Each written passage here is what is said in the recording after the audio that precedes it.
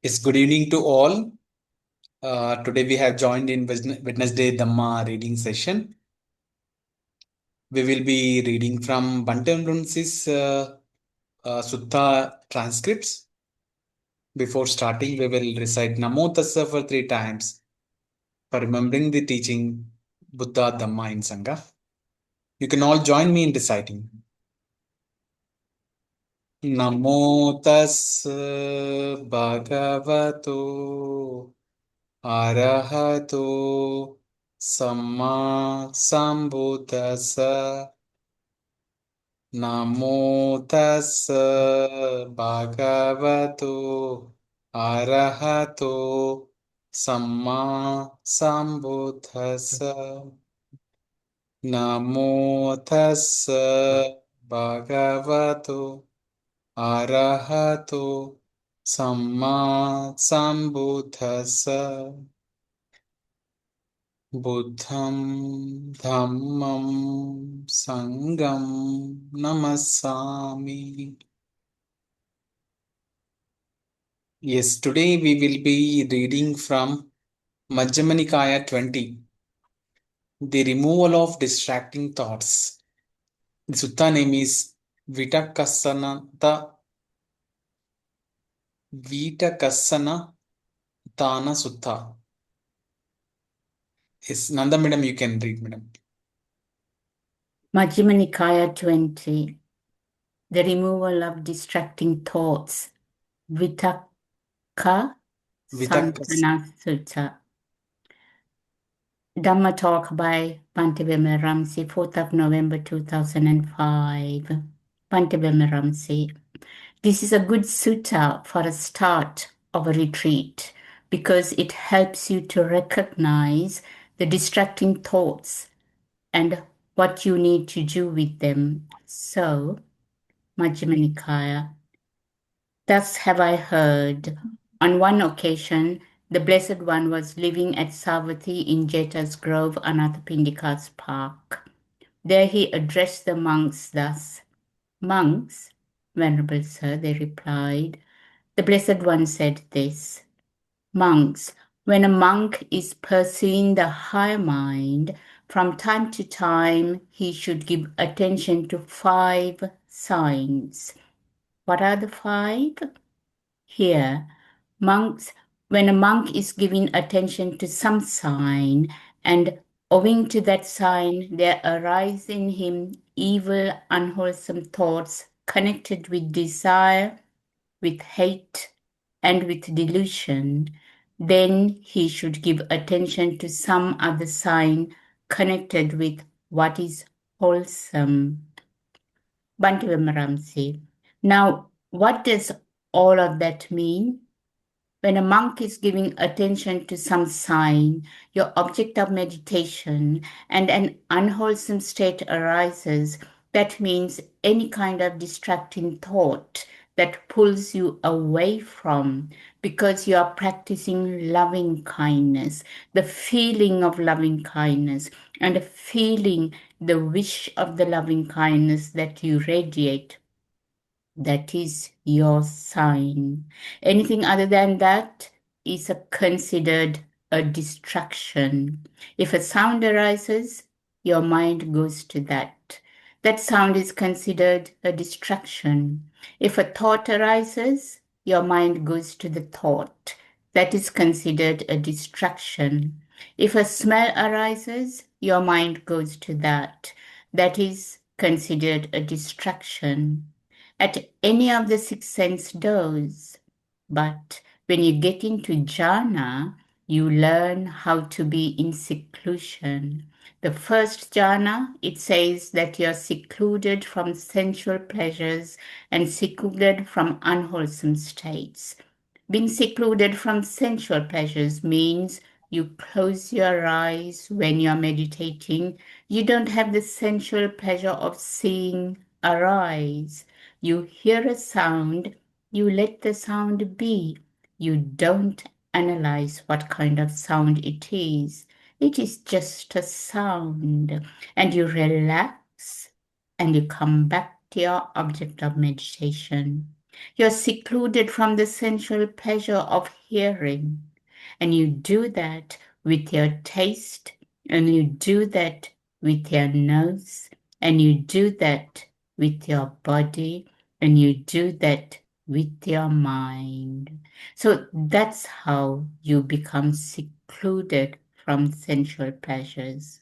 It doesn't mean that sensual pleasures won't arise, but it means that you don't attach yourself to them. You see them for what they are. It's just this. Let it be. Relax and come back. Okay, when evil, unwholesome states connected with desire, with hate, and with delusion, how this is an interesting part of the sentence, unwholesome states connected with desire. What is an unwholesome state connected with desire? I like it. I want it.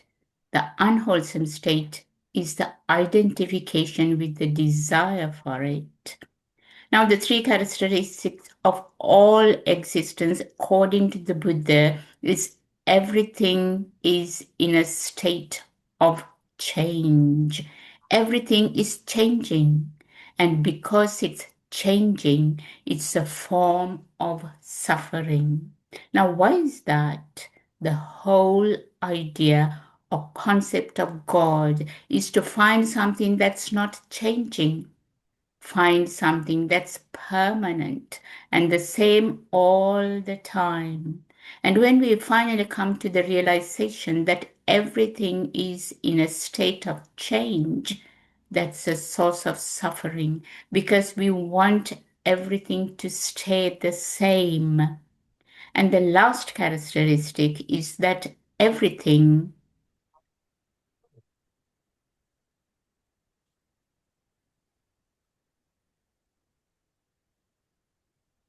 Yes, madam. And the last characteristic is that everything that arises is impersonal. In Pali, the word is anatta. Atta is self. Anatta means not self. But in the English language, that gets really confused.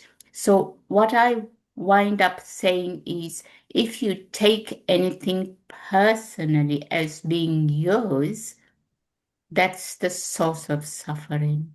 That's the utter.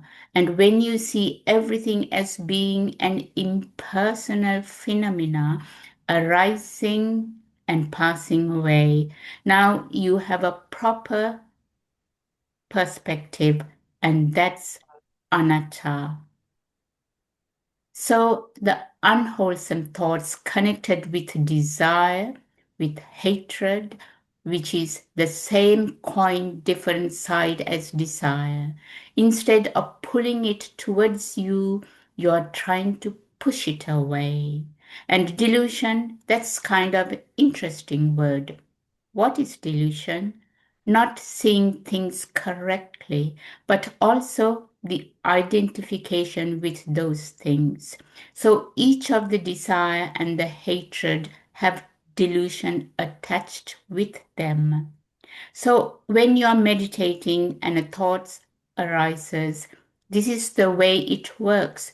You have mind and there's thought. Thought hits mind, and that is called contact. When that contact arises, then there is mind consciousness that arises. Right after mind consciousness, there is mind feeling. Now, feeling is one of the three things.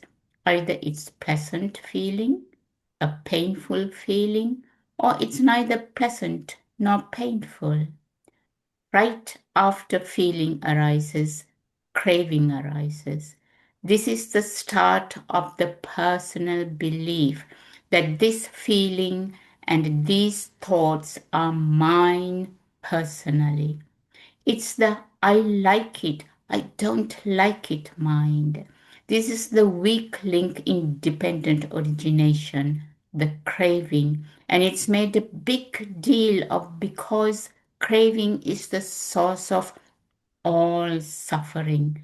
I like it. I don't like it. I want it to be. I don't want it to be.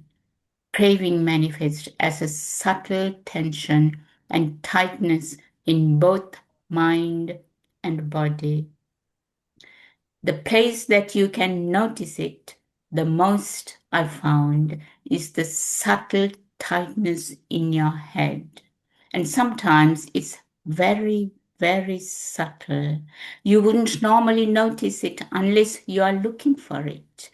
Every thought that arises causes this craving to arise with it. So every thought that you have causes contracting in your mind and a slight contracting in your body.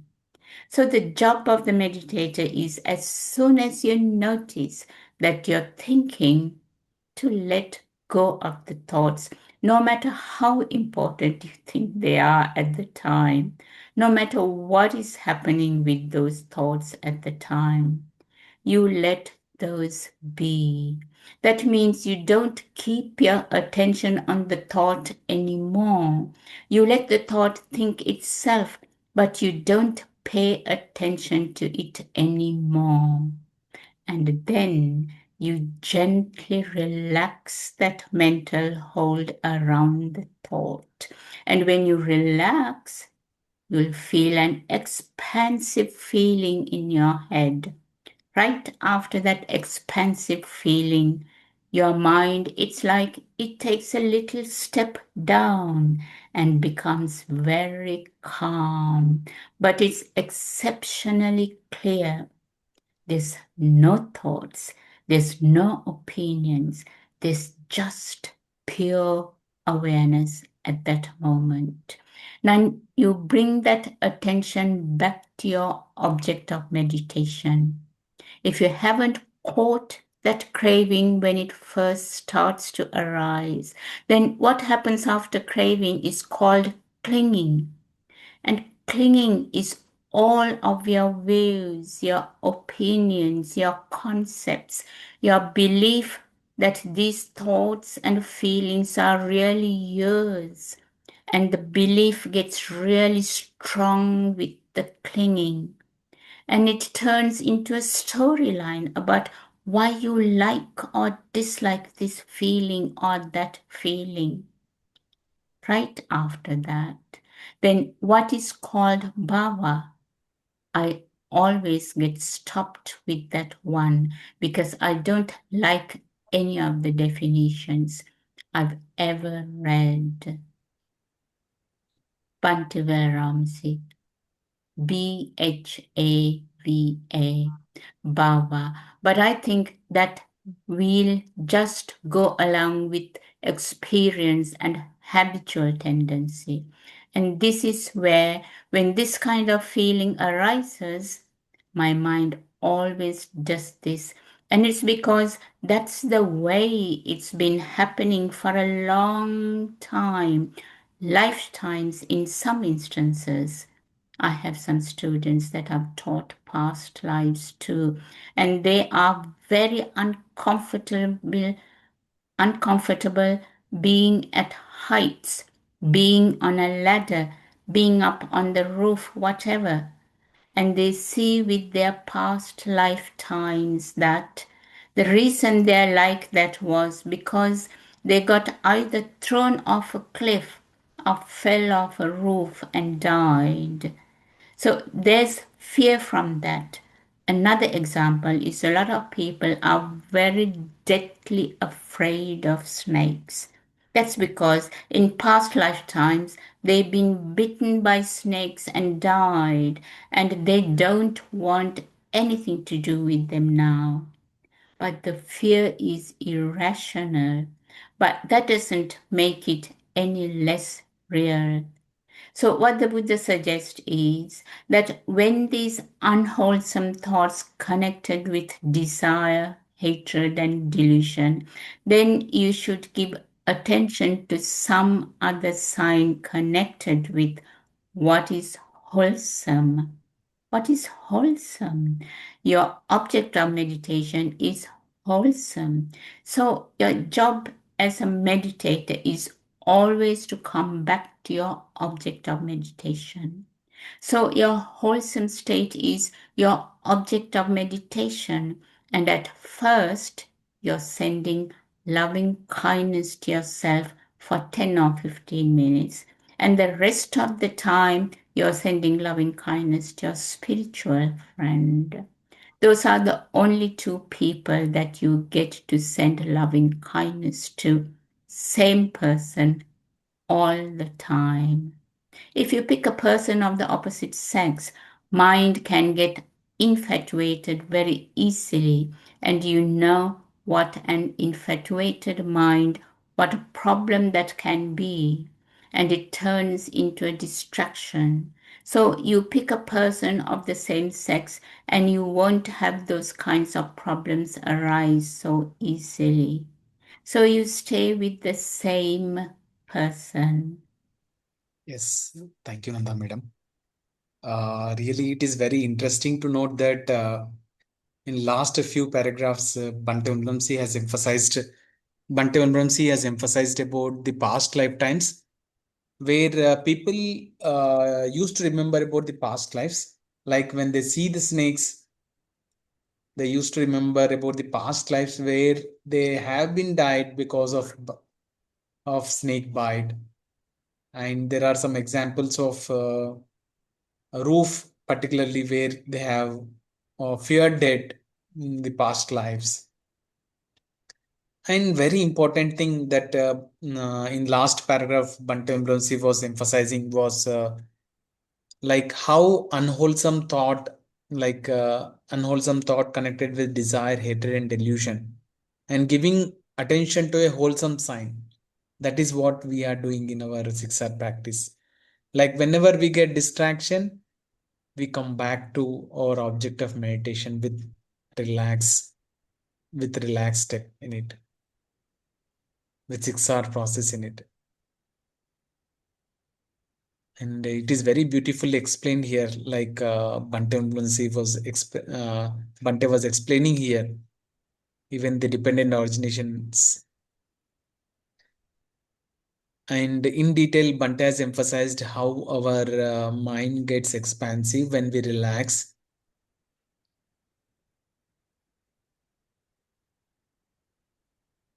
And Bhante was emphasizing dependent origination and contact.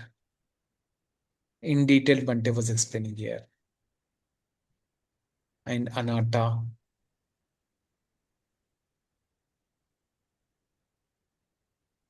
And here the Bhante was emphasizing that the whole world is is in a state of change. I remember Bhante used to say in the Metta that only thing which is permanent is impermanent. That was the thing which I remember. And one important aspect here was unwholesome state connected with desire was something like which we have, I like it, I want it. And Bhante was explaining about jhanas having secluded from sensual pleasures. Yes, Nanda madam, you can add, madam. Yes, I wholeheartedly agree with you. It is a beautiful explanation by Bhante Vimalaramsi. When we repeatedly practice the 6R, at a point of time, it's very clear to us that we are practicing the Four Noble Truth. And also we are practicing the dependent origination, especially the contact, feeling, craving, clinging. I think I was so happy to come across Bhante's definition of bhava, habitual tendencies, habitual reactions.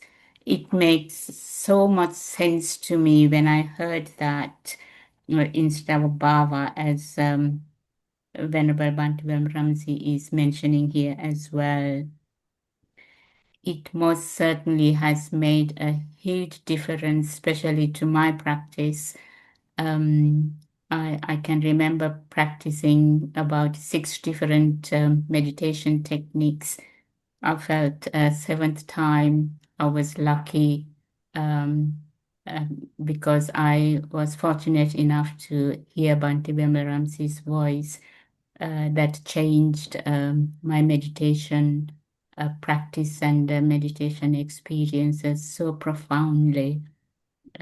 It is so amazing, and now I feel it is so easy to practice the 6 hours, but I've never was able to work it out myself until I heard Bhante Vimalaramsi's 6 hour videos. You're absolutely right, Sachin. Thank you very much for choosing this sutta. Beautiful. Yes, madam. Chai, madam, would you like to read, madam? Yes, I can read. Yes, madam. Am I clear enough to your? Yes, madam. You are clear enough, madam. Now the further instructions that I'm going to be giving you right now have to do with what you are doing when you do your walking meditation too. Now, you do your sitting. You sit for no less than 45 minutes. No less. When your sitting is good, stay with it as long as it's good. When your sitting is over, you don't stop the meditation. While you're getting up, you stay with your spiritual friend. Now, I insist that you smile, and you smile all the time, and feel that smile in your eyes and in your heart. Feel that smile in your mind. It's very important because if you want to have good progress with your meditation, this is the way to do it. Smiling all the time helps your mind to have joy arise. And when joy arises, it's very strong. Your mind becomes very settled when the joy fades away. You feel very peaceful, very calm. You don't have distracting thoughts. You don't have any distracting things.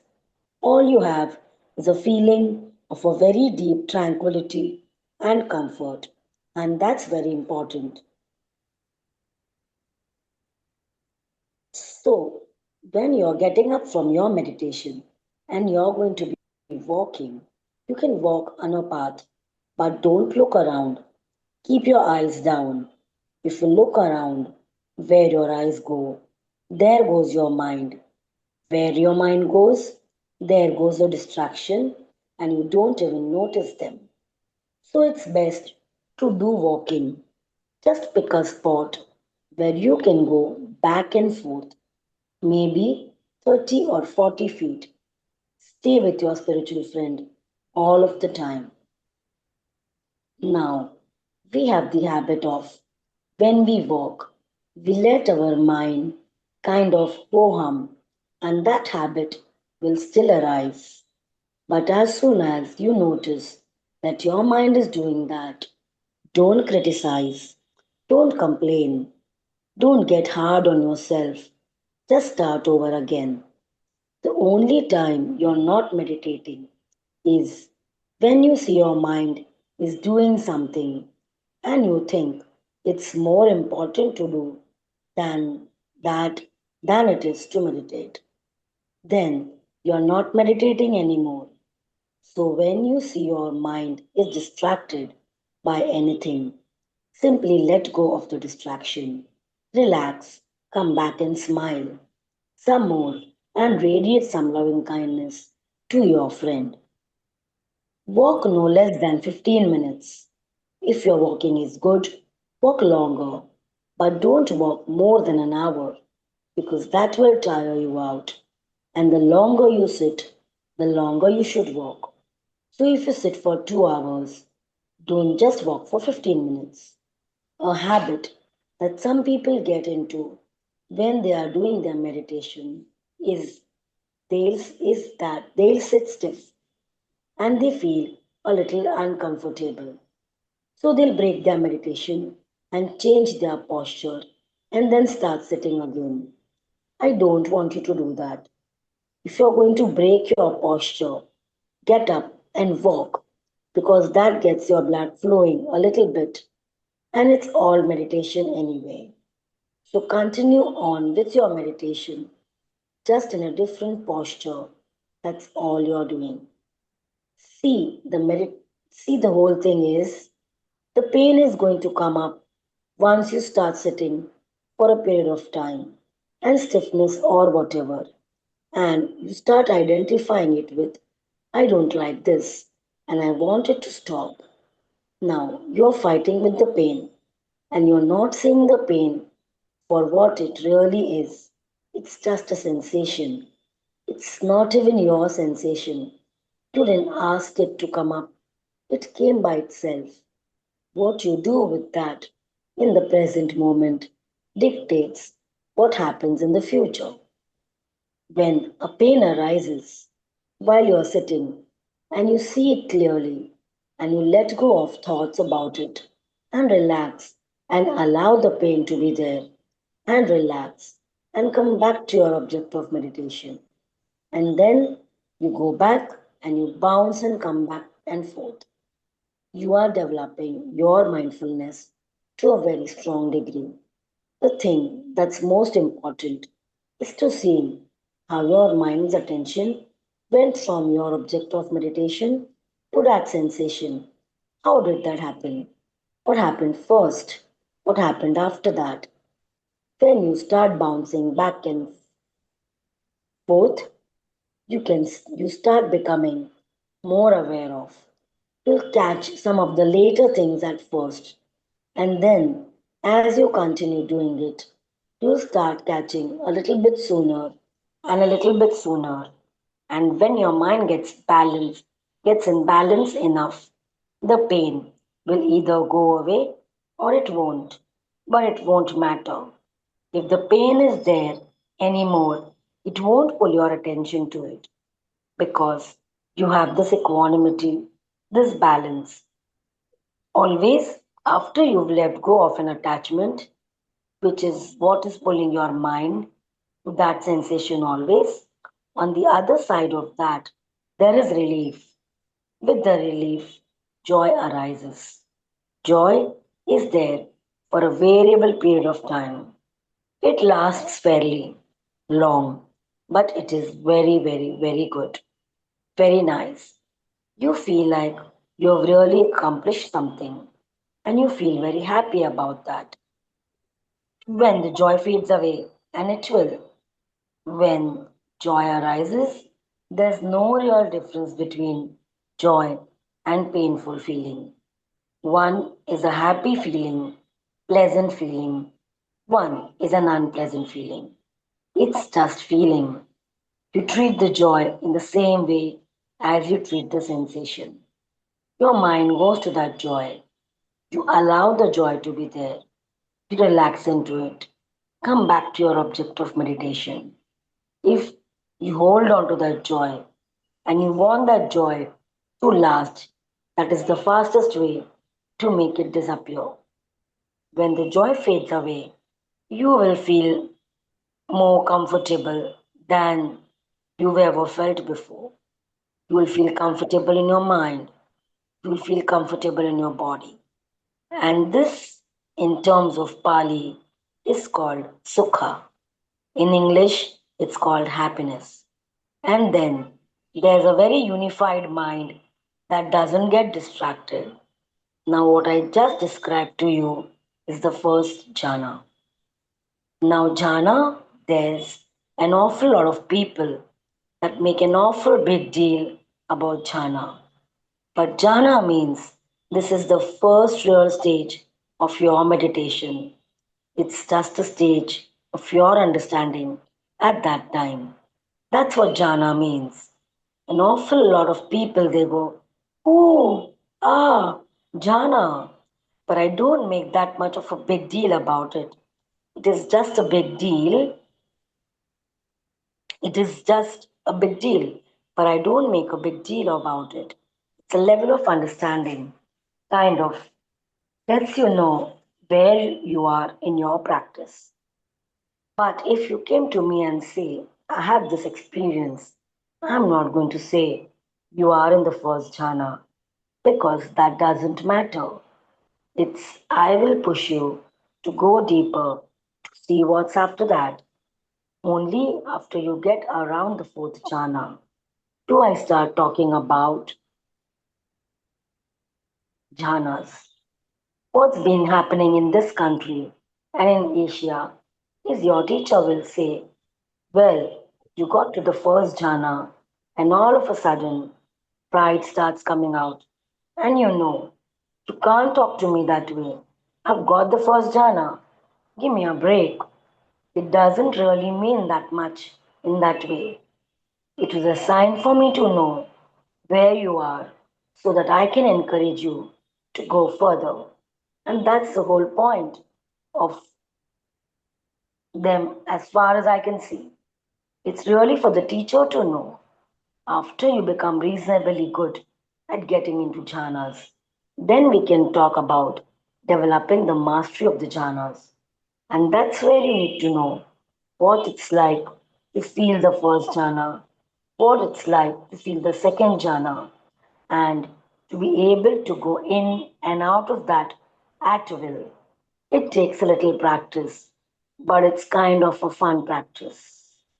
Okay, we got to what is wholesome, Majjhima Nikaya. When he gives attention to some other sign connected with what is wholesome, then any evil, unwholesome thought connected with desire, hate, and delusion are abandoned in him and subside. Bhante Vimalaramsi.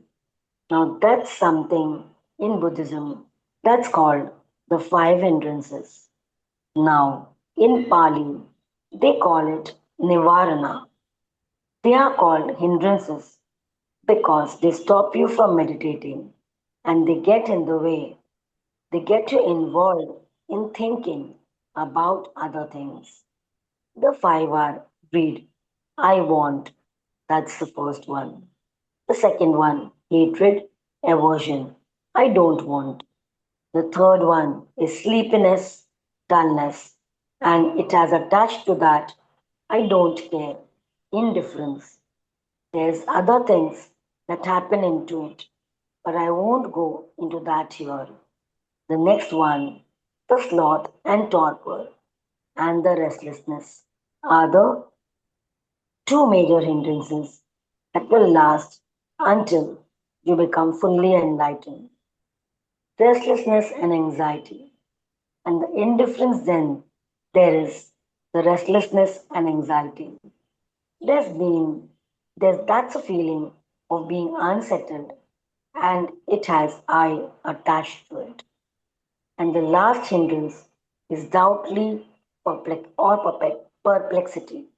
I don't know whether I'm doing this right or not. I don't know. Now, all of these have that very subtle I am that attached to it. And it's very easy to get involved with any one of these hindrances. And you can be pulled away for a long period of time, depending on whether you like it or you don't like it, or how your attachment is to it. The biggest hindrance is restlessness.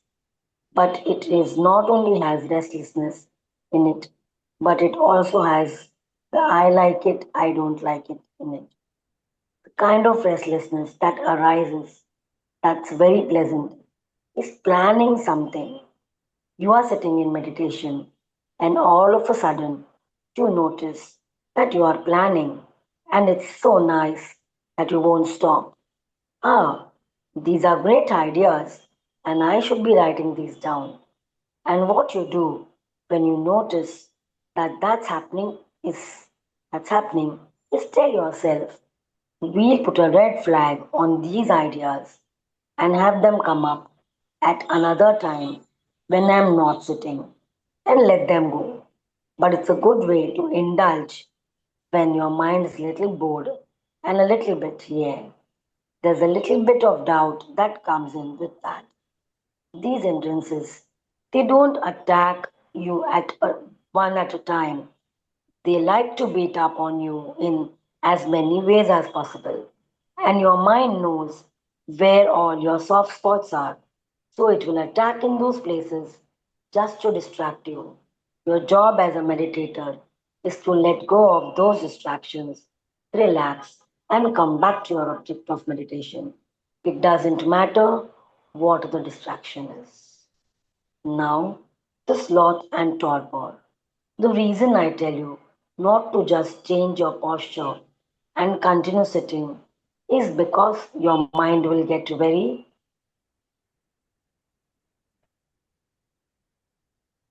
dull.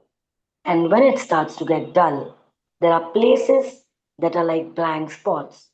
You don't know what anything is happening. It seems like this is some kind of high spiritual experience.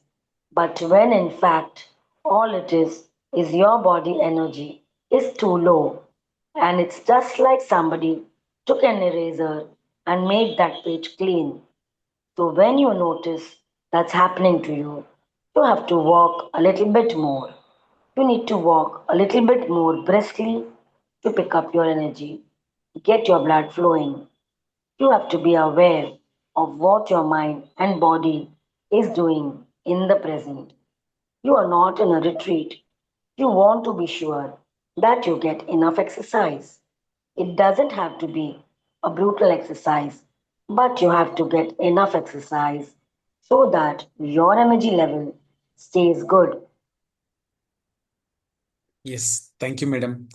Really, the Bhante has emphasized on every aspect, like even walking meditation in it and maintaining energy levels.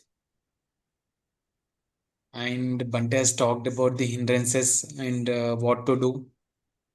And Bhante also emphasized here about practicing of sitting for a longer period of time and importance of sitting for longer period of time and seeing what happens and exactly when that long sitting or pain arises and what to do. Bhante has clearly emphasized like hindrances of restlessness, doubt,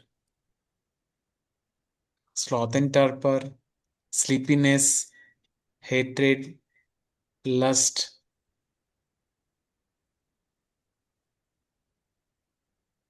And Bhante was emphasizing about jhana. I think in Dhamma talks, Bhante emphasizes that jhana is just a level of understanding, and definitely teachers or teachers doesn't pay much attention. It is fine, whatever jhana it might be. The important aspect to remember is Bhante used to say in Dhamma talk that one can attain nibbana in any of the jhanas, through any of the jhanas.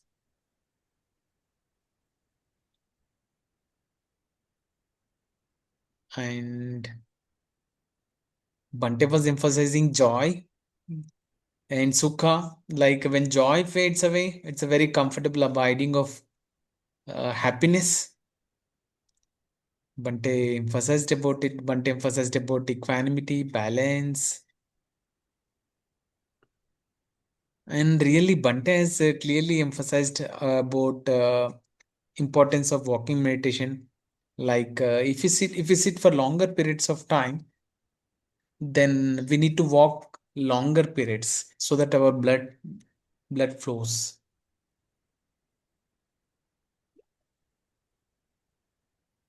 And initially, Bhante was emphasizing about the meditation instructions for the new students. And Chaya madam, do you want to add any further, please? Uh, you have very well explained this, Sachinji, and even Bhante Vimalaramsi has given every step in detail, right from the importance of smiling to walking meditation and sloth, torpor, restlessness. So, every time we sit for meditation, and when any of these phases arise, we can come back to this passage, and everything is so nicely explained. So, thank you very much. for this reading. Yes, madam. Gopinath sir, do you want to read? Okay, when you have Yes, to sir. start. Yes, sir. From here, sir. One of the reasons. One of the reasons that sloth and torpor arises is because you lose interest in staying with your meditation object. Your interest isn't very sharp. The sharper your interest is, the lesser the interest will bother you. So you need to have this enthusiasm and curiosity about staying with your object of meditation and seeing what is going to happen next. When that arises, you will not have the dullness and sleepiness arise. So when you have sloth and torpor, it means that your mind start losing a little bit of energy and it start to humming a little bit, and all of a sudden you notice that you are starting to slump and then you are starting to nod. Okay, those are all signs that you are caught by sloth and torpor. And the way everybody tries to overcome sloth and torpor is to put in a fantastic amount of energy for a short period of time, and then they go back to the sloth and torpor. So at those times when you are practicing loving kindness meditation, you little above. When you are practicing loving kindness meditation, you think you truly like them and you see them in your mind's eye,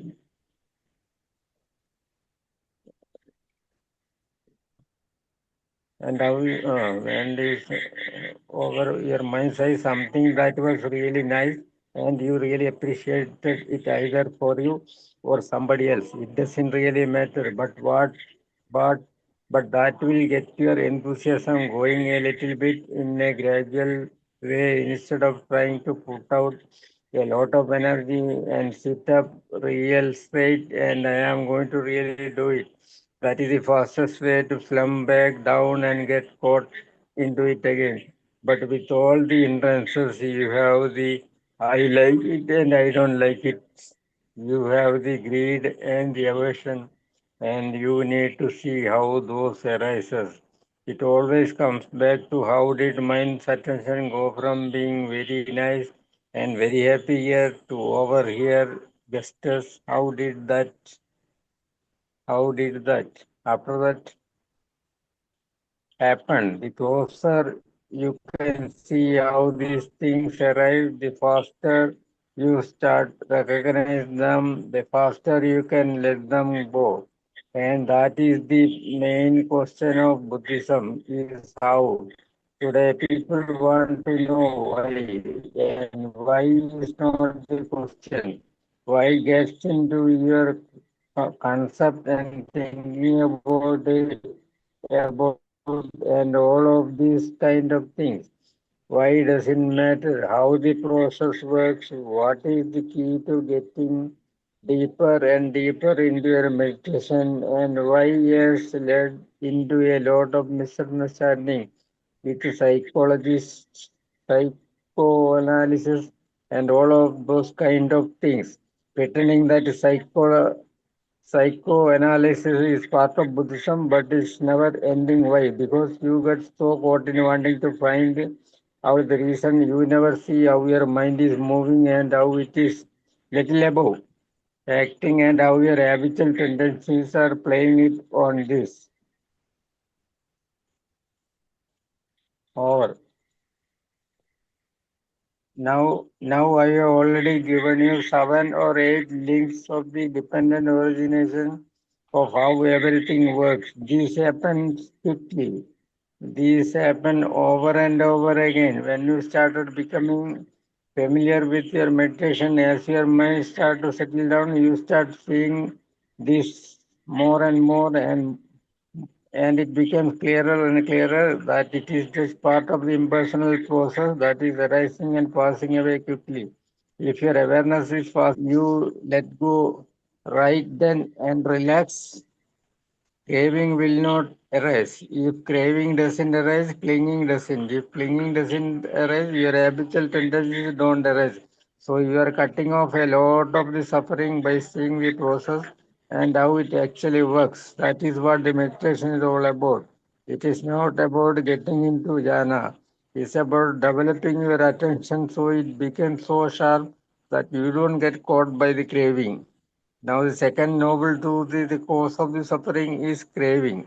If your mindfulness is good enough and you catch that craving and it start to arise and let it be and then relax, you get to experience the third noble truth, which is the cessation of suffering.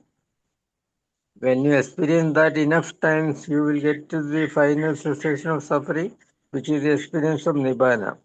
And I don't talk much about the experience of Nibbana because it is an unconditional state, and how can you even talk about something unconditioned with conditioned ideas? Just let it said that this is where the Buddha liberation is, and that is what he was. That is what he was teaching.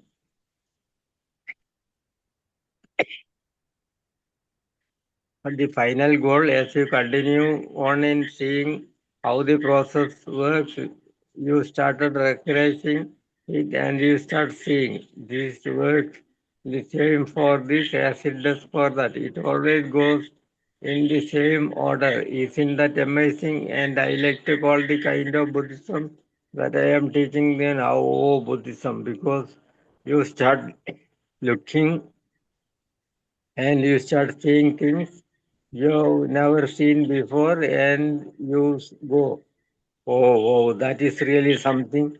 And quite often, people came to me and they started telling me, yeah, this was really great.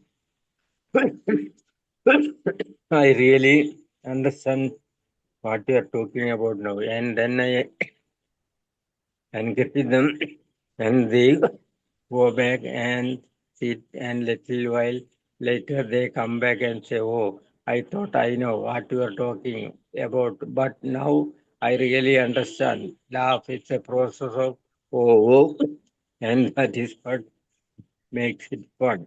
And this is the best show in town, watching your own mind and how it works is much more interesting than distracting yourself by going to a movie or doing other things. It becomes real interesting. Yes, thank you, sir. Thank you for reading. Okay, it's okay. It's really very good thing.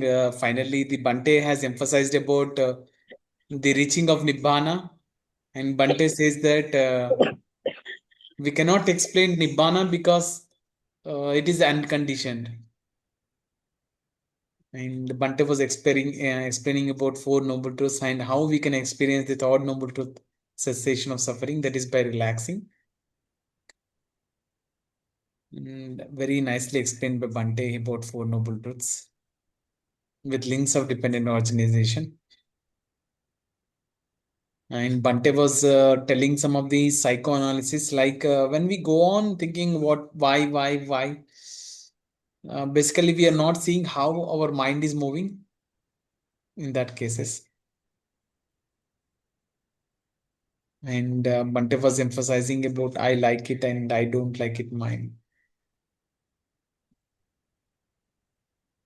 Yes. Gopinath sir, do you want to say something? Anything, sir? No, it's okay. Over. Yes, No sir. problem. Yes, I think we can share merit. Nanda madam or Chaya madam, do you want to say anything?